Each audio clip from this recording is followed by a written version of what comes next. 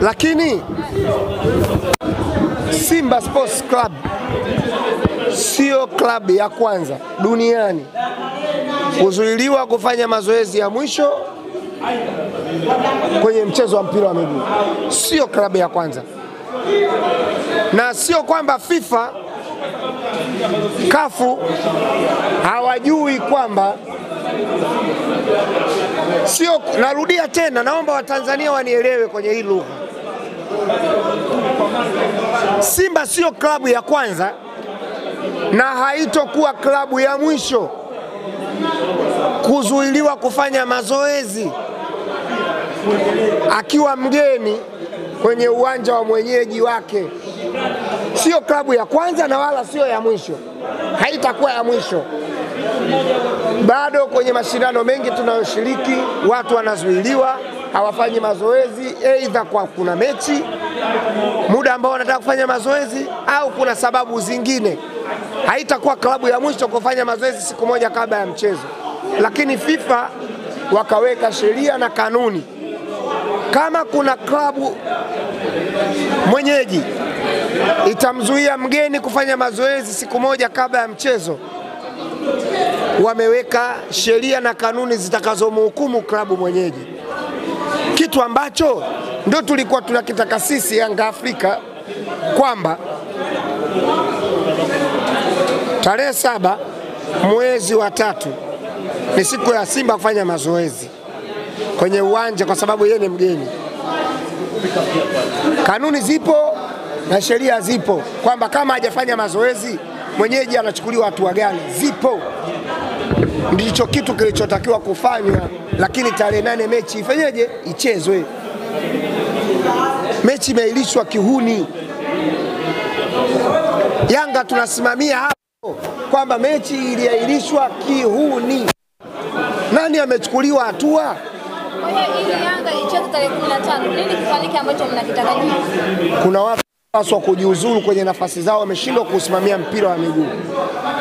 Wameshindwa kusimamia sheria na kanuni kwa kilichotokea tarehe 7 mwezi wa 3 usiku. Hakuna mtu aliyechukuliwa hatua, hakuna mtu yote aliyeshtakiwa, hakuna mtu yote aliyofanywa chochote.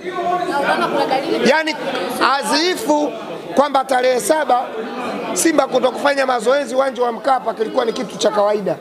Hata Simba mimi nimewashangaa sana. Yaani mimi ni mtu ambaye nimewashangaa Simba Sports Club kwamba wamezuiliwa kutokufanya mazoezi kwenye uwanja wa Benjamin Mkapa. Gharama walizotumia kwa maandalizi ya mechi ya tarehe 8 mwezi wa 3 wakazuiwa kufanya mazoezi, hapo hamna mtu yote aliyochukuliwa hatua na Simba wamekaa kimya. Yaani mimi ni kitu ambacho nimekishangaa na nimekishangaa sana. Yuko wapi CEO wa bodi ya ligi? Yuko wapi katibu mkuu wa TFF? Kwa sababu tukiongea wote tuwe wawazi. Rais wa TFF hakuwepo nchini.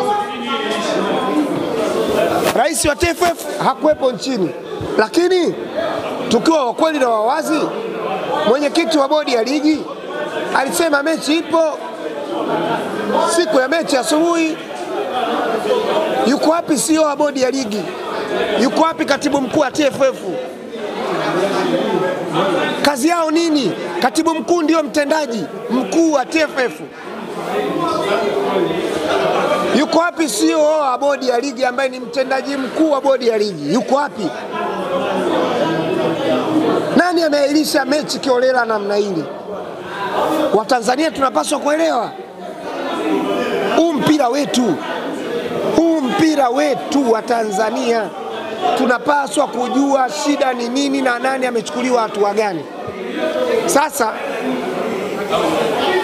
Young Africans tunataka kutibu mpira wa Tanzania, na ninaamini kupitia Rais wa Jamhuri ya Muungano wa Tanzania Dr. Samia Suluhu Hassan, kipenzi cha Watanzania. Jina la udaktari hakupewa kwa bahati mbaya. Kuitwa dokta maana yake ana uwezo wa kutibu matatizo yote ya nchi. Na mpaka wa Tanzania tukamwamini kuwa Rais wa Jamhuri ya Muungano wa Tanzania, maana yake anao uwezo wa kutatua matatizo yetu wa Tanzania. Moja kati ya Watanzania wenye matatizo ambao wanahitaji kutatuliwa tatizo ni wanafamilia wa mpira wa miguu. Rais wa Jamhuri ya Muungano wa Tanzania, ombi kutoka kwa wapenzi wa mpira wa miguu. Kuna mgogoro mkubwa kati ya TFF, bodi ya ligi na klabu ya Yanga. Hili ni tatizo kubwa ambalo linaweza likaleta shida kubwa. Mpira unaumiza. Mpira unaumiza. Sisi mashabiki wa Yanga tumetafuta pointi kwa jasho na damu. Sijui kama mnanielewa. Mnaona tunaongoza ligi kuu Tanzania bara kwa alama moja. Hatukuipata kirahisi. Hatukuipata kirahisi. Hiyo alama moja tu tunayoongoza nayo kwenye ligi kuu Tanzania bara. Kuna watu wanahangaika nayo usiku na mchana kuiondoa alama moja wao kukaa juu. Hawaipati. Leo anatokea mtu anatamka kirahisi tu, Yanga Afrika itakatwa pointi 15. Oya. Nisikilize dada yangu, acha hizo athari ambazo unaziwaza kwa Yanga. Waza athari ambazo zitatokea kwenye mpira wetu na nchi yetu. Baada ya Watanzania wanaopenda klabu ya Yanga kuumizwa, kupokonywa pointi 15 ambazo walizitafuta kwa jasho na damu. Itakuwaje? Ukishalifikiria hili, ndo hapo unatakiwa kama kiongozi ujue namna gani ya kulitatua hili tatizo, ili Yanga asiondolewe pointi zake, ili Simba asiondolewe pointi zake, kila mtu aridhike. Imetolewa 15. Mimi sina haja ya kupiga hesabu za Yanga kupongonywa pointi 15 kwa sababu unajua hicho kitu hakiwezekani. Hakipo. Na sitakubaliana nacho. Nisikilize. Kanuni hiyo ifanye kazi ya tarehe 15. Ya tarehe 8 mwezi wa 3 kanuni gani mfanya kazi? Nijibu hapo. Naona mnavokaa kimya. Naona mnavokaa kimya. Ndio swali ambalo sisi linatuumiza kwenye mioyo yetu. Tarehe 8 mwezi wa 3 mechi kuchezwa. Nani amekatwa pointi? Hatua gani zimechukuliwa? Kwa hiyo tarehe 8 mwezi wa 3 Simba kugomea mechi ni sawa. Tarehe 15 mwezi wa 6 Yanga kugomea mechi sio sawa. Simba ana haki zaidi kwenye nchi kuliko Yanga. Sio kwamba mpira ndio unataka utende haki kwenye hivi vilabu. Dadangu, unaona swali langu lilivyokuwa gumu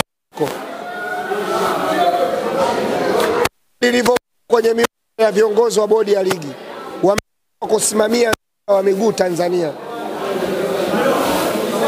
na njia pekee ya kusuluhisha hili jambo ni wa basi. Yani umeshindwa kusimamia mpira, kaa kando. Hatuwezi kukosa watu kwenye watu milioni 60 wa kuiongoza bodi ya ligi na TFF, hatuwezi kukosa.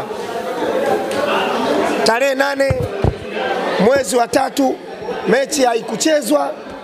Hatujui tatizo ni nani, amehukumiwa nini, hizo pointi amekatwa nani.